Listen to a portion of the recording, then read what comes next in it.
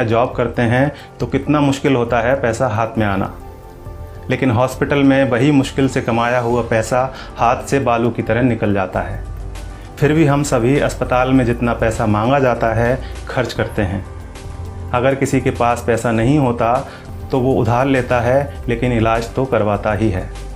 अस्पताल में पहले दिन ही सबसे ज़्यादा टेस्ट होते हैं, कुछ सर्जिकल आइटम्स भी खरीदे जाते हैं, इसी दिन सबसे ज़्यादा दवाइयाँ लिखी जाती हैं। हॉस्पिटल में कुछ पैसा एडवांस के तौर पर भी जमा किया जाता है। हमने भी वही सब किया, हमें भी दवाइयाँ लाने के लिए कहा गया। आजकल हर हॉस्पिटल का अपना मेडिकल स्टोर होता है, सो यहाँ भी था। हमने दवा ली और हमारा जो पहला बिल बना वह था 8,369 रुपये का। हमने अपनी जेब से इतने रुपए निकाले और देना चाहा तो पता चला कि हमें तो सिर्फ 4,620 रुपये ही देना है। क्या आपके साथ ऐसा कभी हुआ है कि आपने 8,300 रुपये की दवाइयाँ खरीदी हों और किसी अस्पताल ने आपको 4,600 रुपये ही लिए हों? शायद नहीं। हमारे साथ भी पहले ऐसा कभी नहीं हुआ था। अब यह बिल देखिए, दवाओं की कुल कीमत है 8,369 रुपये, जिसके नीचे लिखा है डिस्काउंट 3,748 रुपये। नेट अमाउंट है 4,600 रुपये, जिसका भुगतान हमें करने के लिए कहा गया। ऐसे हमारे पास और भी कई बिल हैं। हमने 5 दिन एडमिट रहने के दौरान वहाँ से कई बार दवाइयाँ खरीदी और हर बिल पर हमें ये छूट मिली। सबसे बड़ी बात ये थी कि ये डिस्काउंट हमें मांगने पर नहीं मिला था, ये बिना मांगे हमारे बिना आग्रह किए पूरे सम्मान के साथ हमें दिया गया था, क्योंकि ये डिस्काउंट वहाँ उनके बिलिंग सॉफ्टवेयर में ही फीड कर दिया गया है। और आप यह जानकर हैरान होंगे कि डिस्काउंट का प्रतिशत 2, 4 या 10% नहीं है, ये बहुत ज़्यादा है। कुछ सर्जिकल और इंजेक्टेबल में डिस्काउंट 91% यानी 91% तक है, और जितने भी पेशेंट वहाँ एडमिट हैं सबको इसका लाभ मिल रहा है। अब आपके मन में सवाल उठ रहा होगा कि ऐसा क्यों? हम भी यही सोच रहे थे कि आखिर ऐसा क्यों। तो हमने डॉक्टर साहब से सीधे पूछ लिया, क्योंकि इसका जवाब तो वही दे सकते थे।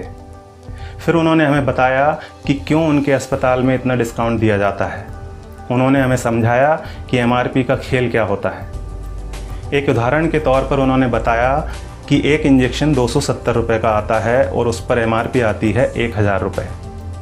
उन्होंने कहा कि मेरा मन नहीं माना कि मैं 270 रुपये का वह इंजेक्शन अपने पेशेंट को 1,000 रुपये में बेच दूँ। मैं डॉक्टर हूँ, मुझे अपनी फ़ीस और मेरे हॉस्पिटल की दूसरी सेवाओं का चार्ज मरीज से लेना है। 270 रुपये का इंजेक्शन 1,000 में नहीं बेचना। ये बात तो हुई डॉक्टर संजय कुमार के नैतिक मूल्यों की। अब यहाँ सवाल ये है कि दूसरे ज़्यादातर अस्पतालों के मालिकों ने क्या अपना ज़मीर बेच दिया है? बेबी गैस्ट्रो केयर अस्पताल के डॉक्टर संजय कुमार की तरह ये क्यों नहीं कहते कि हमें भी अपनी सर्विसेज का पैसा ही मरीज से लेना है? वे क्यों नहीं कहते कि 270 रुपये का इंजेक्शन 1,000 में हम नहीं बेचेंगे? दूसरा सवाल ये है कि आखिर दवा कंपनियों द्वारा इतनी MRP लिखी ही क्यों जा रही है? इनको किसने अधिकार दिया है दवाओं पर इतनी ज़्यादा MRP लिखने का? और आखिर में सबसे बड़ा सवाल यह है कि हमारी सरकार, हमारा स्वास्थ्य विभाग, हमारे प्रधानमंत्री और स्वास्थ्य मंत्री क्या कर रहे हैं?